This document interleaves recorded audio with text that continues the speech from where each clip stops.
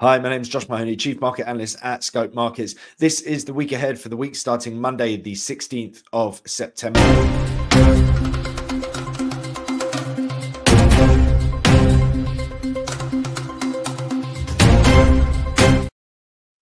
A big week just gone. Of course, the big focus on the likes of the US CPI, but we've got an even bigger week ahead, and that's because we've got a massive focus on central banks. We've got the FOMC meeting coming up, and of course, all of this focus on the jobs report, on the CPI, all of it was really leading us into this point and to try and inform us on whether we're going to see 25 basis point cut, 50 basis point cut.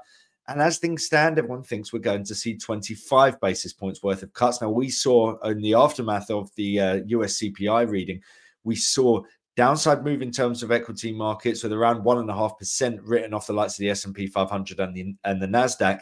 Fast forward a few hours, and ultimately it closes out with over 1% of gains for the S&P 500 and over 2% for the Nasdaq. So a 3.5% switcheroo from the Nasdaq. And so people appear to be quite happy enough with a 25 basis point cut. And in part, that in my mind is down to the idea that a 25 basis point cut means that the Federal Reserve isn't in a position that might reek of desperation. If you were to see a 50 basis point cut, it would signal to the markets that the Federal Reserve are fearful around a potential recession. And of course, there are enough question marks about whether we are going to see a recession or not. Now, we've seen gains since then. The question mark is whether that's going to really hold out. And if it doesn't, then everyone's going to be trying to ascertain exactly what they'll need to see for the bulls to come back into play in a meaningful way and get us back up into record highs. But like I said, we've got that FOMC meeting. That's on Wednesday. But we've got plenty of other things. We've got the likes of the inflation metric coming out of Canada on Monday and out of the UK on Tuesday and out of the UK on Wednesday.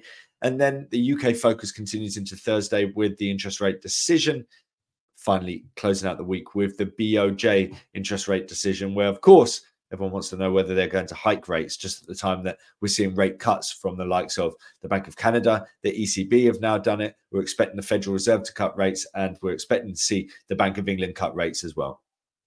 So here's the data for the US over the course of the coming week.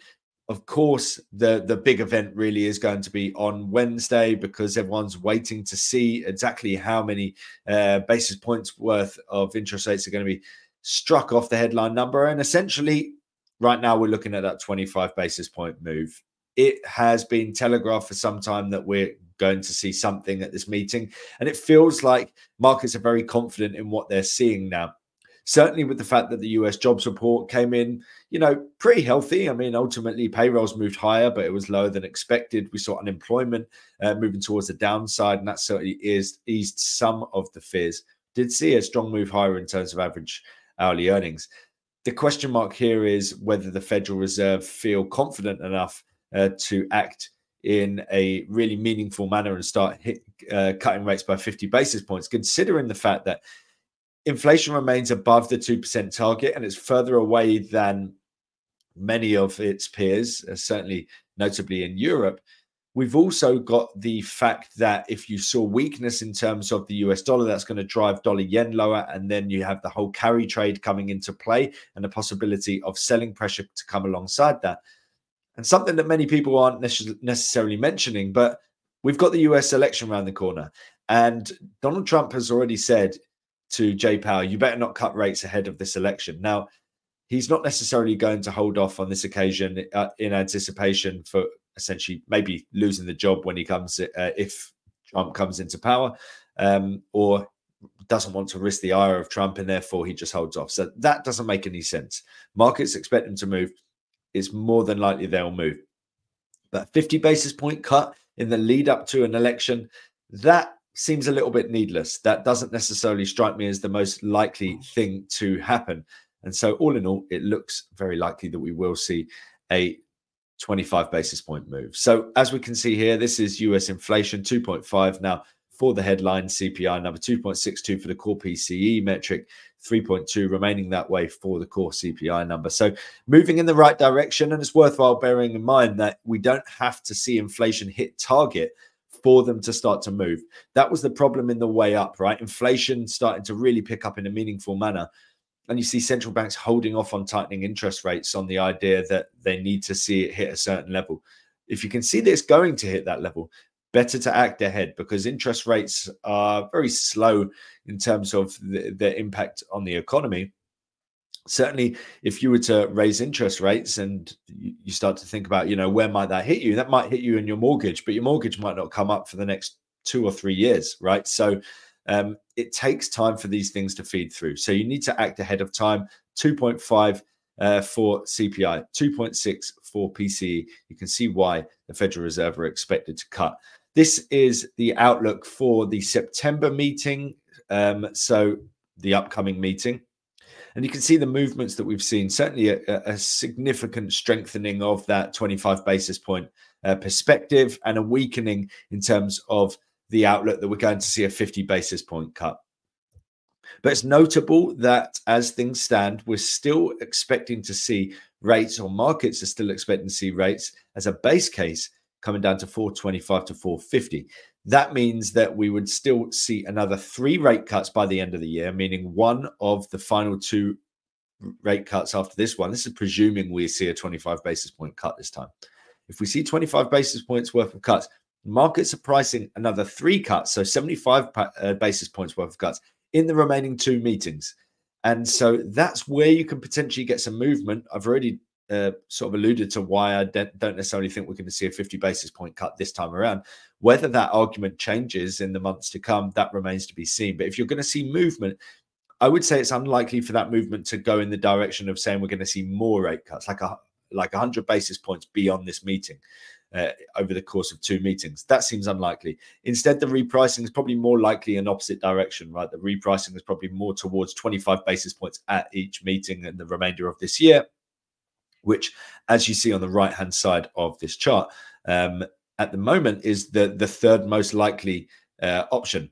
So certainly that's where we could see some potential moves. So let me just bring up the chart for the Nasdaq. Now, this is started off the day with, sorry, I haven't actually stretched this out. So there we go. It started off the open of play with a rally into, or we ended the last session with a rally into resistance here, with the confluence of the descending trend line alongside the 76.4 Fibonacci level. That's after that big choppy session in the aftermath of the US CPI reading. Now, what's happening since is that we've rolled over a little bit and now starting to regain ground once again. By the time this video is out, in all likeliness, this would have either broken through it or rolled over from here. But certainly I would say if we're looking at the sort of trajectory at the moment, we'd need to see a break up through this 19632 swing high to negate this pullback that we're seeing at the moment. First and foremost, we've seen this strong move lower. We've then rallied. We've retraced. Is this the end of that retracement? We'd need to see a break up through this 19632 swing high for me to feel a lot more confident about that. Until then, there's a good chance that we maybe sell off from here. Maybe we sell off but don't break through the prior low. Maybe we move into a consolidation phase. It's worth noting September, everyone's been talking about, it's the worst month for stocks. But October generally is only really good for stocks in the years where we don't have a US election around the corner. When we have got a US election around the corner, generally October is also either not a great month, or it is a month that we basically sit around and wait for the election to get out of the way. So I don't necessarily think that we're on the cusp of surging back up into record heights here for the likes of the Tech 100 or on the Nasdaq. And so as I'm talking about the potential shift that we could see in terms of sentiment around the Federal Reserve comes more so around, in my mind, a potential easing of expectations. And instead of 100 basis points through to the end of the year, it's more likely that we could start to move towards 75. Now, this meeting is going to be key within that. We've got forecasts that come alongside it. So, exactly what the outlook is from the Federal Reserve and how they guide markets in terms of expectations going forward will be key. But certainly you could see the potential for some downside moves for equity markets if we do see further allaying of those expectations. The caveat here is that it's not necessarily as clear cut as that, because we have just been essentially told I'm being told markets now think we're going to see 25 rather than 50 basis points worth of cuts. And instead, we saw the equities moving towards the upside, right? So that would be counterintuitive. Ordinarily, you would think that rate cuts, great, that's good for equities. Well, we've seen the opposite here. And part of it comes down to what the expectations are for the likes of the BOJ and for the US dollar against the Japanese yen. Now, I'm going to put that onto this chart now and show you the correlation that we've got at the moment with the likes of the Nasdaq and dollar yen, right? So the risk of a potential sell-off in dollar yen of late has really driven some of these US equities lower, because if we were to see further selling pressure in terms of dollar yen, then the carry trade starts to unwind even more, then some of the money that is currently in the US gets put back into the Japanese economy to unwind some of those positions. So that points towards the possibility that if we do see the likes of the upside move in terms of the US dollar, so dollar yen, i.e. if we were to essentially ease those expectations around a potential 100 basis points worth of cuts for the rest of the year, then actually it could be good for stocks. And so you really need to look out for this relationship between the US dollar, dollar yen essentially, and the Nasdaq and US stocks. And it brings me over to the next topic, and that is that we've got the BOJ interest rate decision taking place on Friday. Let me just get it into that view. And so that really wraps up a week that we do see some Japanese data, but it's all about Friday. We've got inflation coming out earlier in the morning, and then we see still early in the morning the BOJ interest rate decision.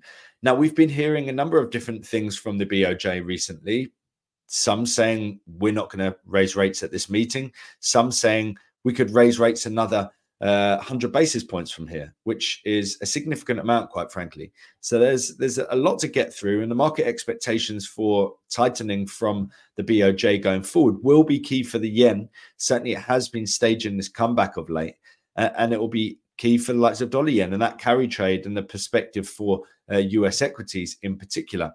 As you see here, markets are expecting to see inflation moving towards the upside, and they're expecting to see the likes of the BOJ keeping rates steady at 0.25%. Well, here's the outlook according to Icon. Markets pricing in exactly that, 93% chance that we keep rates steady this time around. And the first rate hike comes in December, with something like 81% chance that we see rates hiked by 10 basis points or more. If you look beyond that, so where are we now? September, you'll be looking into September of next year. The expectation is that in a year's time, we'll see rates somewhere around the 0.55 mark. So that's 0.3% or 30 basis points above where we are at the moment. Certainly not 1%, as had been alluded to. But the upward trajectory, as long as it lasts, should provide some basis for Japanese yen strength if it's then tallied up against weakness in rates elsewhere. So if we're seeing downside in terms of rates in the Western world and we're seeing Japan raising their rates, it does provide the basis for potential strength for the near term at least. And so let's just look at dollar yen off the back of that. Here is dollar yen. So we can see, there we go. So dollar yen on the weekly time frame, you can see this long-term uptrend really threatening to be broken because of the fact that we've come back down into this 140.2 mark. That is an absolutely massive threshold. So 140 on dollar yen, if that breaks, the trend's over, right? And so this bearish trajectory we've been seeing of late looks like it's going to continue. Well, what's been happening recently, bear in mind that we are moving away from a 50 basis point cut view into 25 basis point cut in the market. And that's providing some upside for yields. That's providing some upside for the US dollar against the Japanese yen. In terms of what the BOJ do, well, you know, if they were to hike rates this time around, then you're looking at this market rolling over and potentially breaking through that key 140 mark. As things stand, we've rallied into the 76.4 fib, started to roll over a bit, seeing a little bit of strength here, but ultimately we'd need to see the 143.71 broken to negate the bearish trend that remains in play over the near term. And even if that did happen, you'd be looking at a wider retracement coming into play here, a potential move into your like 145s, 144s kind of area. Really depends on how deep the retracement is.